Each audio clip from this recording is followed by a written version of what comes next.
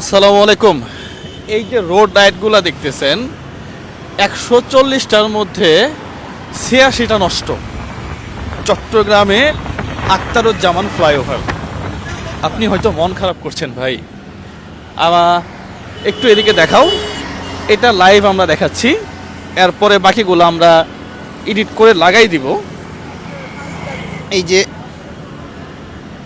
140টার মধ্যে 86টা লাইট নষ্ট এই চট্টগ্রাম আখতারুজ্জামান ফ্লাইওভারের উপরে। এইটা হচ্ছে 2 নাম্বার গেট থেকে এই এটাকে কি বলে, লালখান পর্যন্ত। 2 নাম্বার গেট থেকে লালখান পর্যন্ত আমি বাইক দিয়ে গুনলাম আর কি। তো বাইক দিয়ে গোনার সময় আমার ভুল হইতে পারে, ক্ষমা সুন্দর দৃষ্টিতে দেখবেন। তবে অত ভুল তো আর হয় নাই। আমি দেখলাম এই 2 নাম্বার গেট থেকে একেবারে পর্যন্ত, লালখান পর্যন্ত 140টা লাইট আছে এই পাশ ওপাশ মিলে। এর মধ্যে 86টা নষ্ট। আমি মাঝে মাঝে বলি যে এই দেশের মা বাবা নাই, তখন ওরা মন খারাপ করে। ওরা বলে যে আমি নাকি উল্টাপাল্টা কথা বলি। অবাক লাগে না? এই যে এত বড় একটা ফ্লাইওভার, এখানে সরকার কোটি কোটি টাকা বিনিয়োগ করছে, আপনার আর আমার টাকা, সাধারণ মানুষের টাকা। তাহলে এই যে লাইটগুলো যে জ্বলতেছে না, এটা কোনো সমাধান নাই আসলে।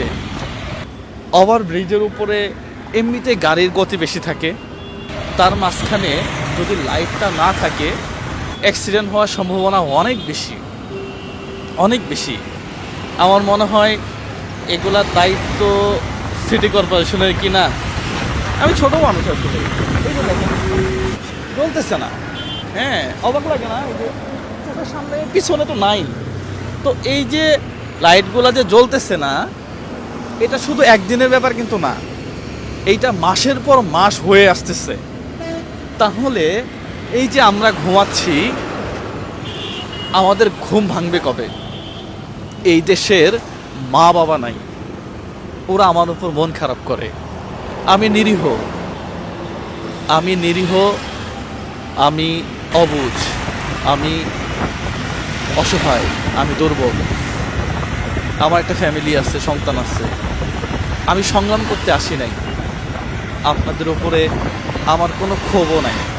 পার্সোনালি যারা এগুলো দেখাশোনা করে তাদের উপরে আমার কোনো ধরনের অভিযোগ নাই, বিশ্বাস করেন।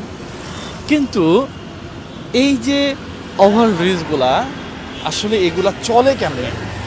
এই যে এত বড় একটা জায়গা, লাইট ছাড়া তদারকি করার লোক আছে না বলেন তো? আছে, তদারকি করার লোক আছে, কিন্তু তারা ঘুমায়। ওরা মন খারাপ করবে ঘুমানোর কথা বললে, তাই না? এই হচ্ছে অবস্থা। যাই হোক, আমার মনে হয় যে দেখা উচিত। একটু দেখেন, রাষ্ট্রীয় সম্পদ তো রাষ্ট্রীয় সম্পদ তো আপনি চাইলে এইভাবে নষ্ট করতে পারেন না, তাই না?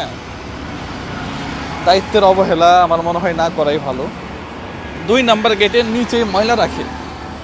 আমি একটা ভিডিও করছিলাম, করার পরে 2-3 দিন পরে দেখি কর্তৃপক্ষ এটাকে নজরে নিছে এবং খুব সুন্দরভাবে জিনিসটাকে মেনটেনেন্স করছে। যদিও ময়লাটা এখন ওখানেই ফেলায়, কিন্তু একটা পরিপাটি অবস্থায় আসছে আগের চেয়ে।